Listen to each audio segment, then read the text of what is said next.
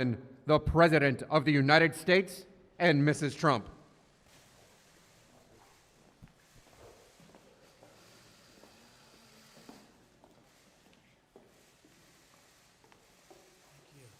Mike? Well, thank you very much. It's an honor to be with everybody, and very importantly, we're at the White House, and there's no place like the White House. And for those of you that this is the first time, I know exactly what you're thinking, because I was here a first time, and it was still something I'll never forget.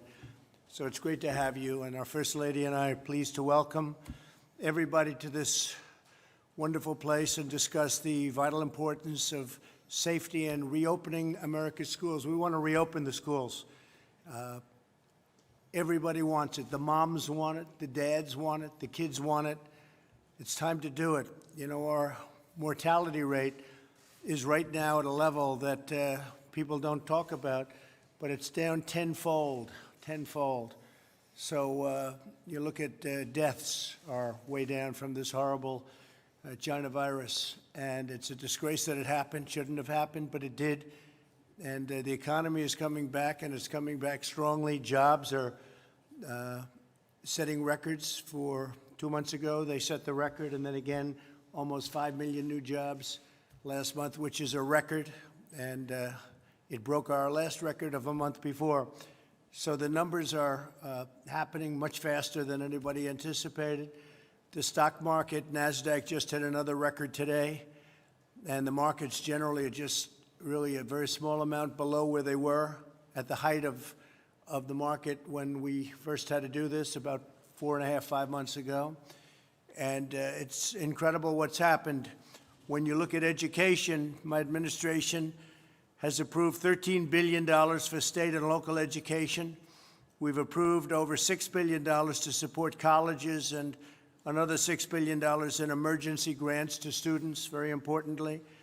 We waived standardized testing requirements, deferred federal student loan and interest payments. So you take a look at the student loan program. We've waived student loan and interest payments, and that is something that people haven't been hearing about, and nobody talks about it, but it's a big deal. We've pioneered new treatments that are dramatically improving the health outcomes. Vaccines are doing very well. Therapeutics are doing very well. The therapeutic research has been incredible. And I think you're going to have a lot of big things happening long before the end of the year on both vaccines and therapeutics. Therapeutics is, I guess, a little bit of a word we can use for on the way to a cure, but they make you better. I mean, to me, the therapeutic is even more important than the vaccine at this point because people will get better. But the numbers are, the testing numbers are the highest they've ever been. We're almost up to 40 million in testing, and 40 million people, which is unheard of, far more than any other country, many times what any other country is. And therefore, we have more cases. Because we're doing more testing, we have more cases. If we did half the testing, we'd have far fewer cases. But people don't view it that way. What they have to view, though, is if you look at the chart, and maybe Mike has it, but we looked at it before. If you look at the chart of deaths, deaths are way down. So what we want to do is we want to get our schools open. We want to get them open quickly, beautifully in the fall. And as you know, this is a disease. It's a horrible disease, but young people do extraordinarily well. I was with the governor of New Jersey.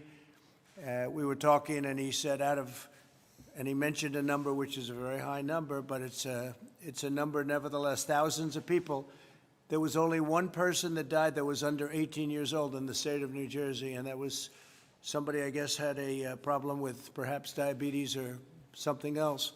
But one person out of thousands of people, one person died who was under 18 years old. So that's a pretty amazing stat when you think of it.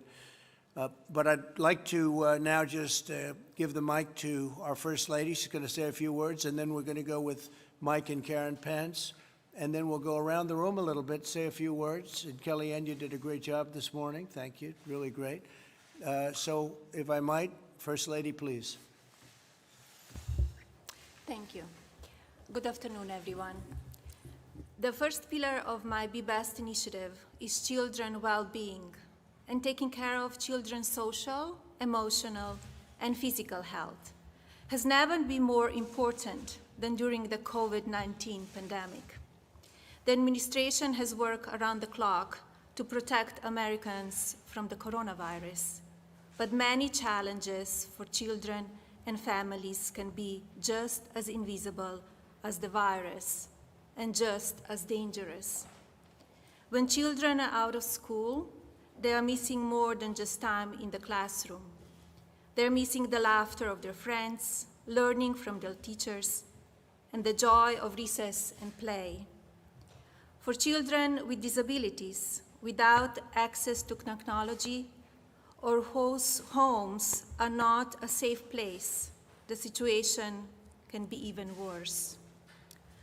As the start of the school year gets closer, I encourage parents, teachers, and school to teach children about the importance of CDC guidelines and to implement them when appropriate.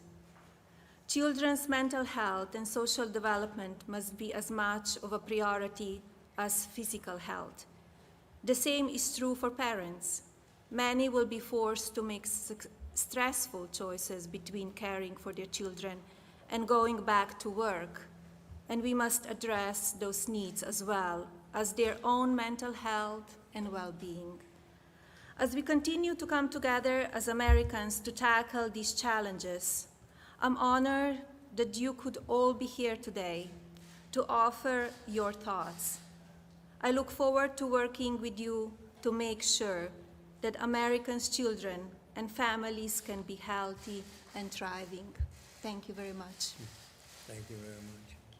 And Governor, thank you. I see you sitting over there. What a job you're doing. Thank you, Mr. Thank you very much for being here, Governor. Appreciate it. Proud to be here. And thank you, Melania, very much. We just heard, Mike was telling me that Governor DeSantis is doing a terrific job. He just announced that the schools will be open in the fall, and we hope that most schools are going to be open. We don't want people to make political statements or do it for political reasons. I think it's going to be good for them politically, so they keep the schools closed. No way. So we're very much going to put pressure on governors and everybody else to open the schools, to get them open.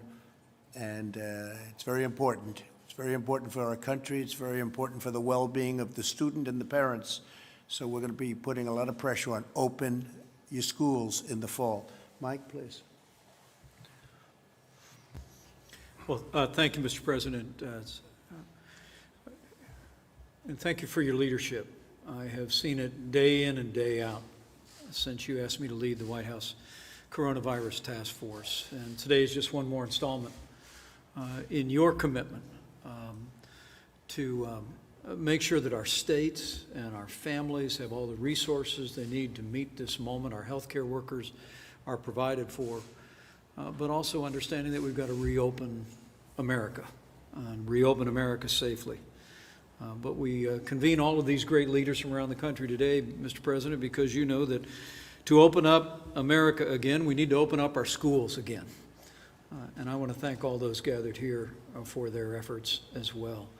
I know I speak on behalf of my wife, Karen, when I also want to express our profound gratitude to the throughout this pandemic, her regard for families, for children, for the emotional impact that this has had on every American is so admirable. And I'd like to invite everyone to show your appreciation for our First Lady and the work she's done for America.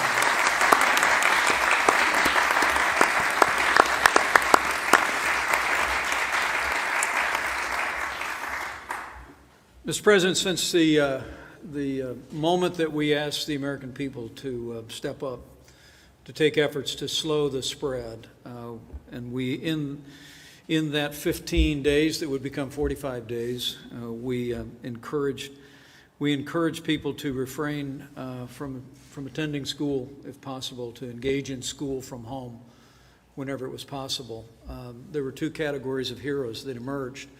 One was the parents around America who stepped up as never before. And those that are looking on, those that are represented here should know. Your president the first family, your vice president, and our second family are grateful for the families of this country and everything you've done to be the teachers for your children, to create the structure at home where they could continue to learn even in a challenging time. I also want to say how grateful we are to the teachers, Mr. President, and I'm actually sitting next to one who I've been married to for 35 years.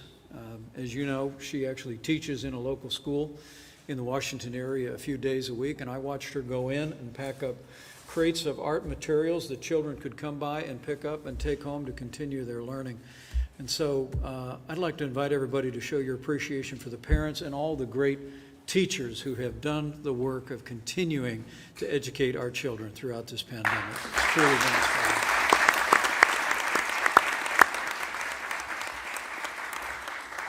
And Mr. President, the American people deserve to know that while we are seeing rising cases across the Sun Belt, at your direction, we're ensuring that states have the resources, the support, the supplies, and personnel that are actually arriving as we speak in states like Texas and Florida and elsewhere to relieve healthcare workers. And to your point, I hope the American people appreciate the point that you made yesterday on the national stage and did so again today, that because of what our healthcare workers have done, because of the innovation and the medicines that we've been able to make available, literally we have seen fatalities decline by 90% from some of the worst moments of this pandemic. And we're going to continue to work each and every day to continue to keep those losses low and steady. We're going to save lives as we reopen our country. Today, Mr. President, as you know, we spoke to the nation's governor on the topic of this summit. We reflected on the fact, as now 47 governors and the governors of 2 territories have announced plans to reopen schools across America, that it's important to do so for a variety of reasons. The First Lady just spoke of this. We ought to well be concerned about children falling behind academically, and there's no substitute for in-classroom learning, for in-person learning, and that's been much discussed at the summit today. But as the American Academy of Pediatrics, so well represented here today, recently reflected, there are social costs, emotional costs, and even physical costs to our children across this country that we spoke with the governors today. It's important that we reopen our schools, as you've directed, for the academic and the intellectual development of our children, but it's also vitally important that we remember, as Dr. McCants-Katz told the governors today, that 7 million American children suffer from either mental illness or emotional disturbance, and they principally receive the care from health and mental services at their school. And so making sure that we're meeting the mental and emotional needs of our children, as well as making advances academically, is what brings us here today. The last thing I'll say to all those gathered here, Mr. President, is from early on you have directed our task force and the CDC to equip families and schools and states with the resources to operate. It was as early as March 12th that CDC issued its first guidance for strategies for school and child care services. We issued decision trees in the middle of May, and just last week, I'm pleased to report the CDC published new guidance for K-12 schools and higher education regarding the type of testing that is appropriate and other strategies. Mr. President, we can bring our schools back. And next week, the CDC is going to issue 5 new documents, how to prepare communities to return safely, decision-making tools for parents and caregivers, symptom screening, cloth face coverings in school settings, guidance, and the rest. We're going to continue to flow these resources and this guidance, but as Dr. Redfield told all the nation's governors today, and I want to acknowledge Governor Parsons' leadership and his presence here today, we're truly grateful, is that what you've instructed our task force to do and the CDC to do in this moment is to say to states around the country and to local communities, we're here to help. The CDC has issued guidance, but that guidance is meant to supplement and not replace state, local, territorial, or tribal guidance. In a word, Mr. President, you've made it clear to us, we don't want to be the reason any school doesn't reopen.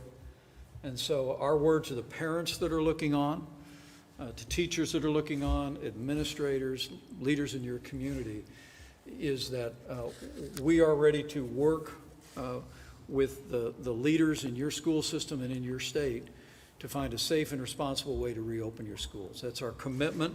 Mr. President, we're continuing to move out on that, on the belief that to open up America again, we've got to open up America's schools. And the American people are taking important steps every day, including this summit today, to do just that. And I'm truly grateful for all of those represented here for being a part of this important work. With that, I'd be happy to recognize Mrs. Pence for a few comments. Thank you, Mr. President. Thank you, Mike, and Melania. I had the privilege of addressing this group earlier today and kind of opening up your summit. But I do want to say thank you to all the teachers. I know at my school, everybody quickly learned how to do online teaching. It wasn't something that our teachers across America were familiar with, and I just applaud them. They have worked so hard. And the parents really are the unsung heroes. They really had to quickly get up to speed, and it was not easy to do. But you know, our kids are struggling, and they need their friends, and they need their teachers, and they need their routines.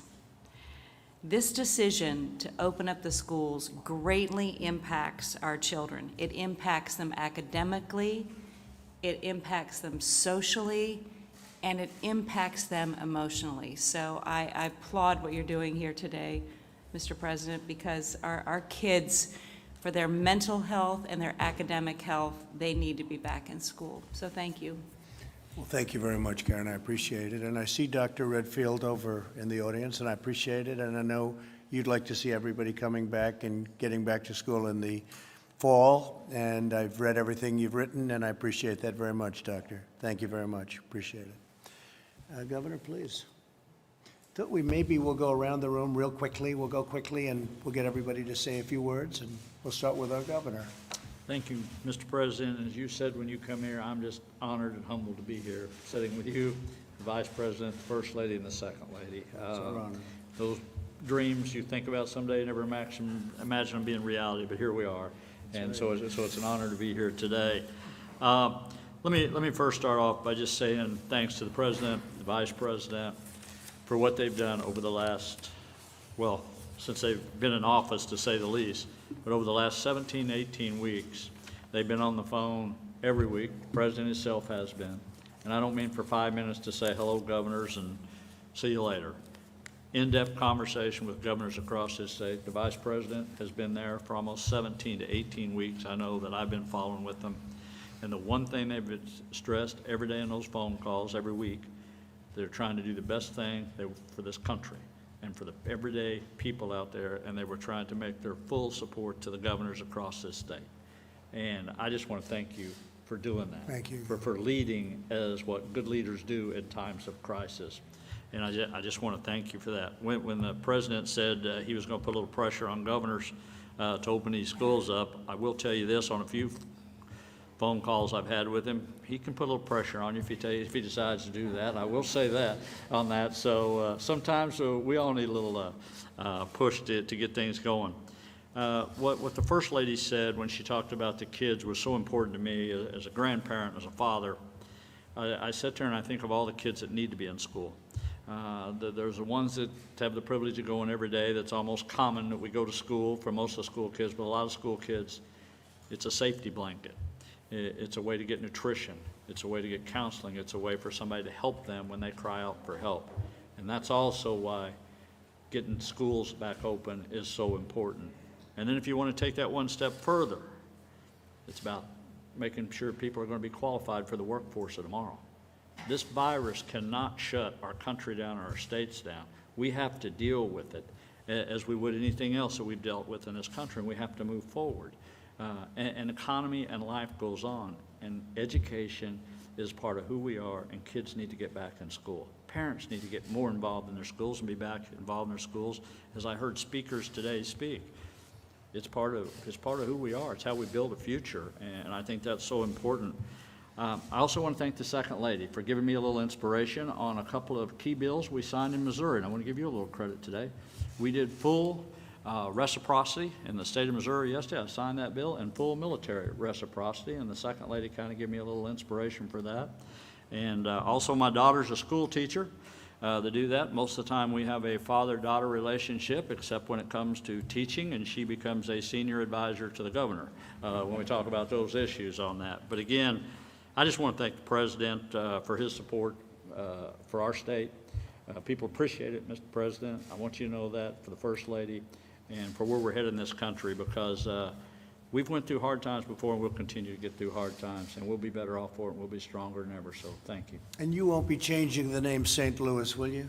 No, we will not be doing. Thank you. Thank you very much. That's very important. Thank you very much. Please. Good afternoon, Mr. President. I'm delighted to join you, the First Lady, the Vice President, and the Second Lady here today to talk about why it's important for children to be in school. My name is Dr. Sally Goza. I'm a pediatrician from Georgia, and I'm president of the American Academy of Pediatrics. Children get much more than an education at school. Being away from peers, teachers, and school services has lasting effects for children. Although this will not be easy, pediatricians strongly advocate that we start with the goal of having students physically present in school this fall. Of course, returning to school must be done safely.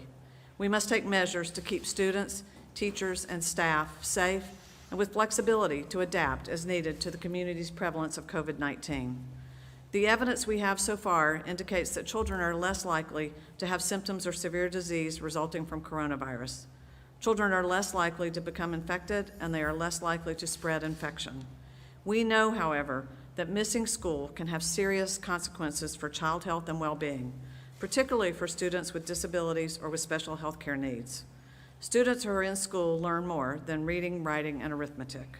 They also learn social and emotional skills, get healthy meals and exercise, and mental health support. Schools help identify and address learning deficits, physical abuse, substance use, depression, and suicidal ideation. These are all critical reasons to get children back to school. Reopening schools in a way that maximizes safety, learning, and the well-being of children will clearly require new investments in our schools. We urge you to ensure that schools receive the resources necessary so that funding does not stand in the way of keeping our children safe or present at school. Thank you, Mr. President. We look forward to working with you and all the people around this room. Thank you very much. Please. Thank you, Mr. President. Penny Schwinn from the great state of Tennessee. Appreciate the invitation on behalf of our superintendents, our districts, our families, our teachers, and our public officials. Opening up Tennessee, we know that reopening schools reopens our economy. We've got great examples of where superintendents have come together and thought through scheduling to make sure that parents can get back to work for companies who support multiple regions. We've done an incredible job with resources, 20-plus toolkits. We've opened up free professional development for teachers and principals for free statewide and online tools. And I'd also like to just thank the First Lady for her support on child well-being. We had a wonderful conversation a couple of weeks ago on the task force that we've launched statewide, covering the entire state and making sure that all of our children receive a high-quality public education, as well as being served in terms of nutrition, transportation, et cetera. And I'll just end by saying, as the proud daughter of a police officer and a teacher, I was raised with safety and high-quality education being two fundamentals in my home. And it's a great honor to be able to reinforce that with the schools in Tennessee today. Thank you very much. Thank you, sir. Great. Thank you. Alex? Well, thank you, Mr. President. Really, thanks to the historic response that the President has led to this unprecedented pandemic, we have the tools where we can reopen our workplace, we can reopen our schools, and we can reopen healthcare. We've got the tools. When we think about kids and schools, the school for our children is a center of so much of their life. It is where they get health care. It is where they get mental health care. It is where many of them get nutrition. It is where mandatory reporting of child abuse and sexual abuse happens most often because of the nature of mandatory reporting requirements, in addition to the social, physical, intellectual development that the kids need from a physical setting in schools. We're at a very different place now than we were 2 or 3 months ago. We have the world's most robust testing system with close to 40 million tests having been done. We have health system capacity and personal protective equipment to enable us to work through these outbreaks that we've got. We're advancing on therapeutics, as the President said. We now have remdesivir for hospitalized patients, steroids for lung illness. We have convalescent plasma to treat individuals. And just this morning, the President made a major $500 million investment in a monoclonal antibody that will be a treatment that could, if successful and if approved, could deliver hundreds of thousands of doses as early as late summer, early fall. We have 3 vaccine candidates, and just this morning invested $1.6 billion in a 4th vaccine candidate that could deliver hundreds of millions of doses this fall and into early next year. So it's just a very different circumstance than we ever had before. We know more about this virus. The fatality rate is going down because we're better at taking care of patients with the virus. Our fatality case rate in the United States is among the lowest, if not the lowest, in the developed world right now.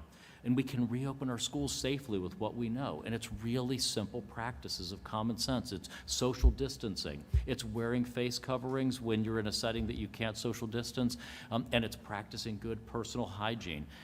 The tools are there to bring our kids back safely, to protect our teachers and our staff. And it's time to do it now. Thank you, Alex. Good luck with all of the therapeutics. I know you're getting very close, very close. That would be incredible. What are your chances early, like in September?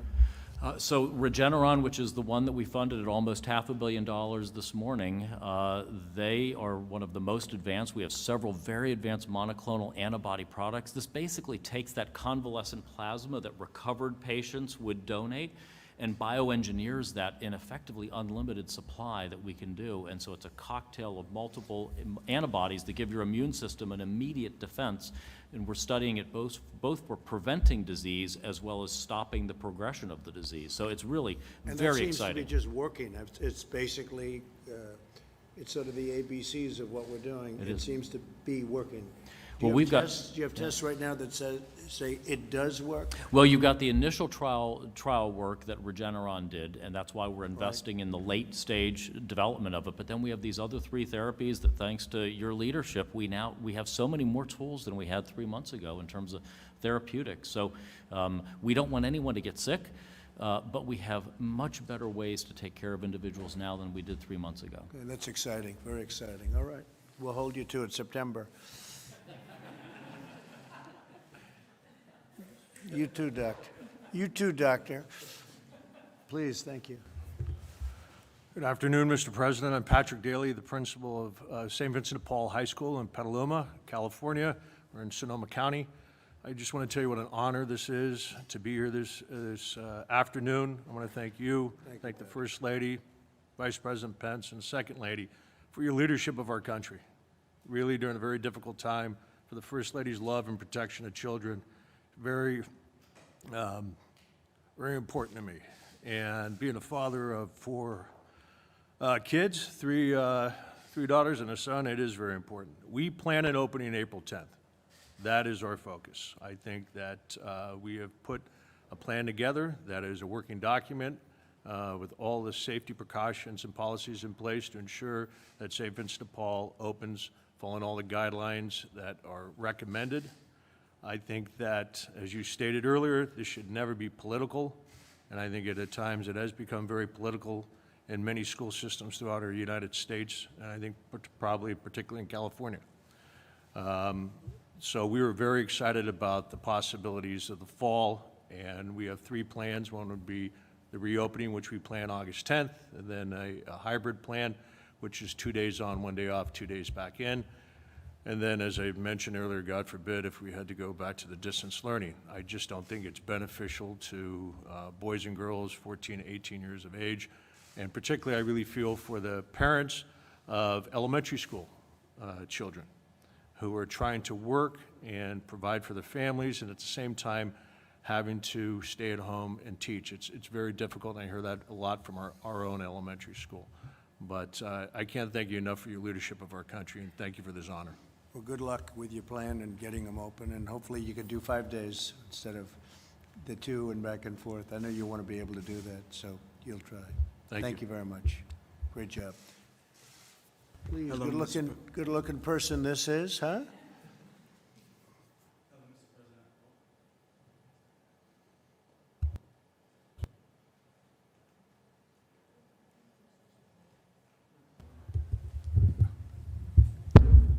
There we go. Hello, Mr. President. I'm a student at St. Vincent Depaul High School. My name's Cameron Vaughn. And I personally just want to thank you for both inviting me and helping to reopen schools. Coming on behalf of the students, it really means a lot just to be able to get back out, and it means a lot to our emotional health and our mental health just to be out there with our friends, because a lot of us don't have that opportunity. And it helps reopen our schedules, so we have something to look forward to. Me, I'm a person of schedules. I run by a schedule, make a schedule for myself. So I just want to thank you very much for getting us back to that. Great job, really great. Thank you very much. We'll get you back, okay? We'll get you back soon. Thank you. Kellyanne, please. Mr. President, Mrs. Trump, and Mr. Vice President, Mrs. Pence, thank you very much. I listened to Cameron Vaughn, and I'm reminded why we're here in this room today on this very important topic, but why we're here in this administration. I believe a hallmark of the Trump-Pence administration has been the success in looking out for and expanding opportunities, safety, and well-being for the forgotten child. And the forgotten child took on a new meaning during this global pandemic. Between the first and third weeks of March of this year, just about 100% of our school children across this country, of all ages, were taken out of their schools and stuck at home. We saw a few things happen, many of which have been spoken about today, but I'll add one more. The digital divide was laid bare in that so many of our students could not access basic digital assets to allow them to confidently and competently complete their schoolwork and to learn and to thrive. The schools are our central nervous system because our students are the heart and soul of our nation. And so today your message is, Mr. President, Mr. Vice President, that all children matter. And our mission is to make sure that all children can safely and securely re-enter their places of learning very soon. This has also impacted our economy, and I have a soft spot for single moms, having been raised by one, and our single moms have been disproportionately impacted through their job security, their wage earning, and most of them are not in jobs for which they can telecommute. So we're creating pandemics within this pandemic. The good news is that our children are at low risk for transmission, even as they are at high risk for maladies, visible and invisible. The great news is that as we safely reopen our schools, we are in keeping with so much of your agenda, Mr. President, Mr. Vice President, Mrs. Trump, and Mrs. Pence, which is to preserve and expand educational opportunities, to respect the dignity of all students, but to respond to the individual needs of all of those students by expanding school choice and charters and educational freedom and opportunity scholarships, allowing them to have more options as they go through their lives, beginning with a quality and solid education. The President has said, if we as a nation can win 2 world wars, dig out the Panama Canal, put a man on the moon, we certainly ought to be able to deliver a quality education to each child. And that begins with reopening our schools and making good on that promise to each and every one of them. Thank you very much. Thank you. Thank you very much, Kellyanne. Hi, Mr. President. I'm Jenny Beth Martin with Tea Party Patriots. Thank you, and thank you, Mrs. Trump and Mr. Vice President and Mrs. Pence, for having me here today. While I am with Tea Party Patriots, I'm also a mom, and my children are sitting right over there, so thank you for having us here today. Mr. President, you are right, and I hope you will trust your instincts. America is not meant to be shut down, and we have to reopen schools this fall. I've been in touch with almost 1,000 doctors from around the country. I helped Dr. Simone Gold spearhead a letter to you signed by 800 physicians and surgeons who talked about the side effects of the lockdowns.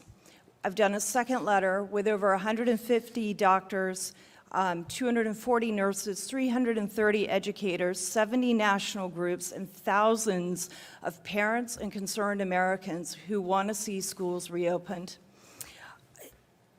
Reopening schools is going to stabilize our society. I think it's the number one most important thing we can do to stabilize our society from top to bottom.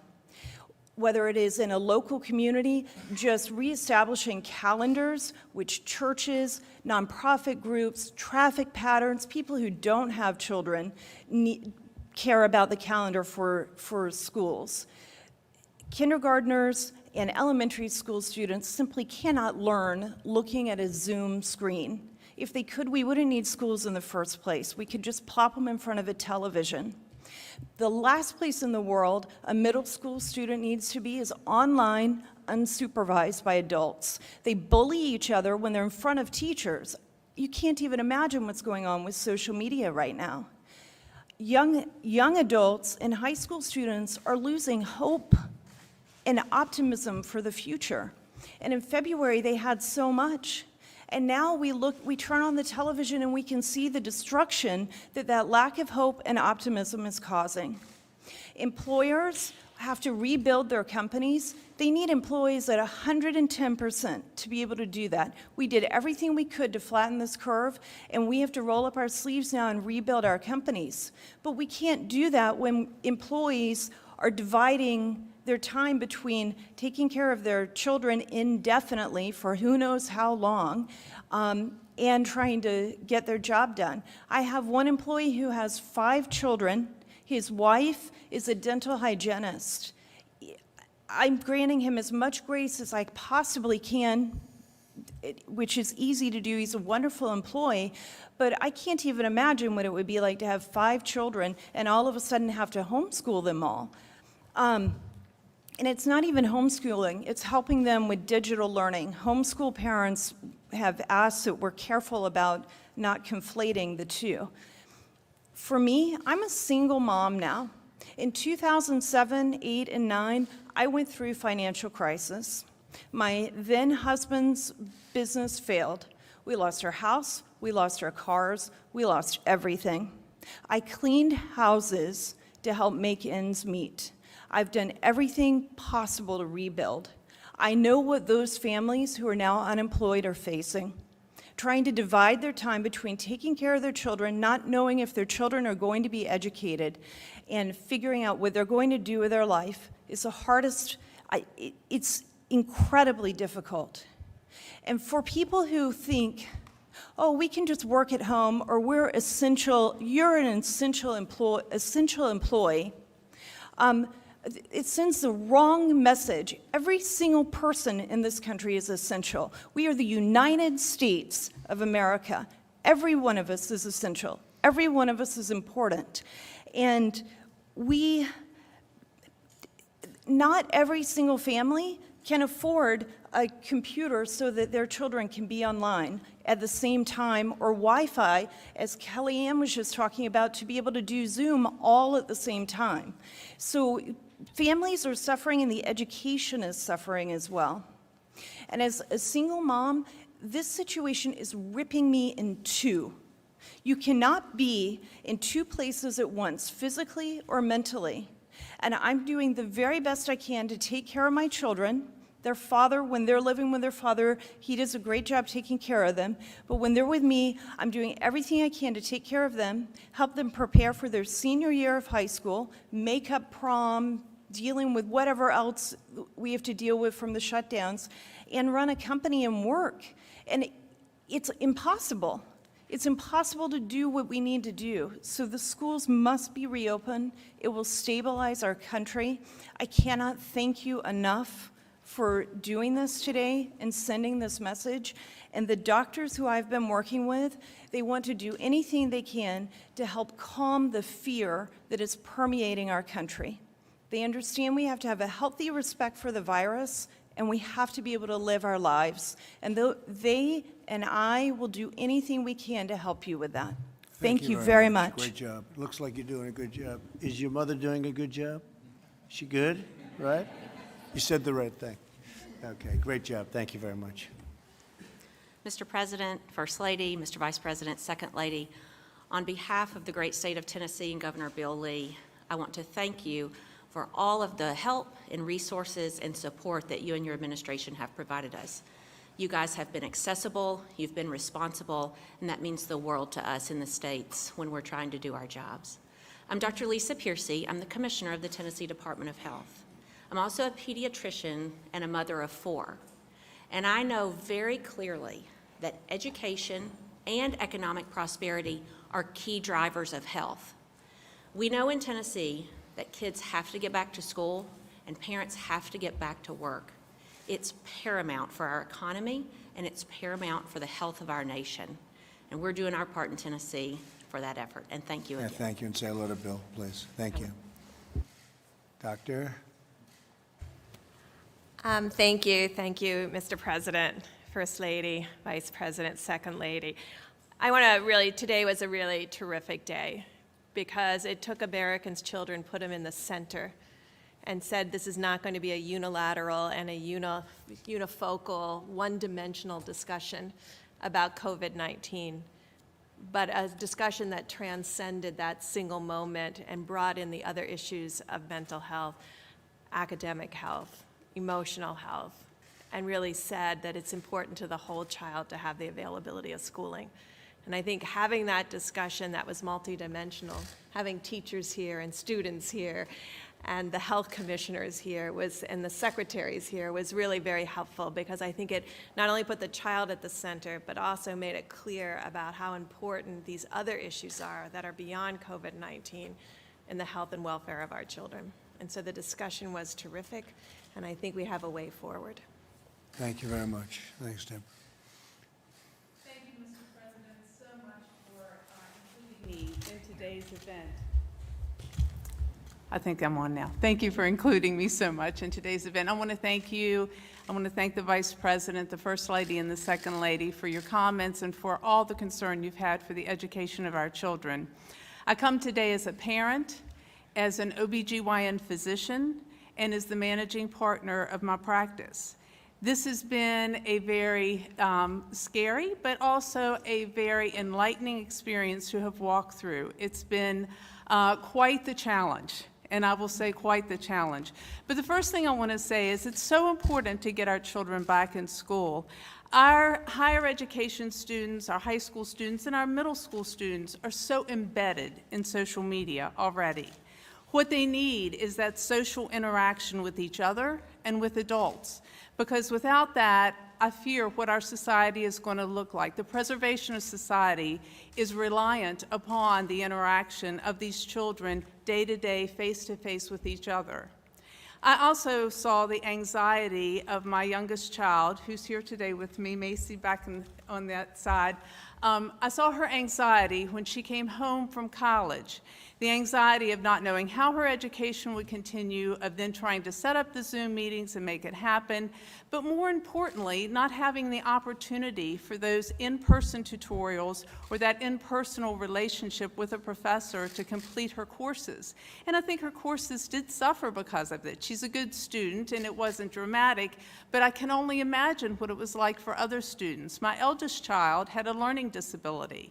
To try to bring him home and do this education online without that in-person benefit, without the tutors being there present, would have been a disaster to his now very good career in Richmond. And I just fear for that student especially. As we go back to school, I think it's very important that we also educate these kids because they sometimes do rise above it and feel as though they don't have the mortality or the morbidities or that problem of interaction with each other. They will have new family units. My daughter will be in an apartment with 3 other girls.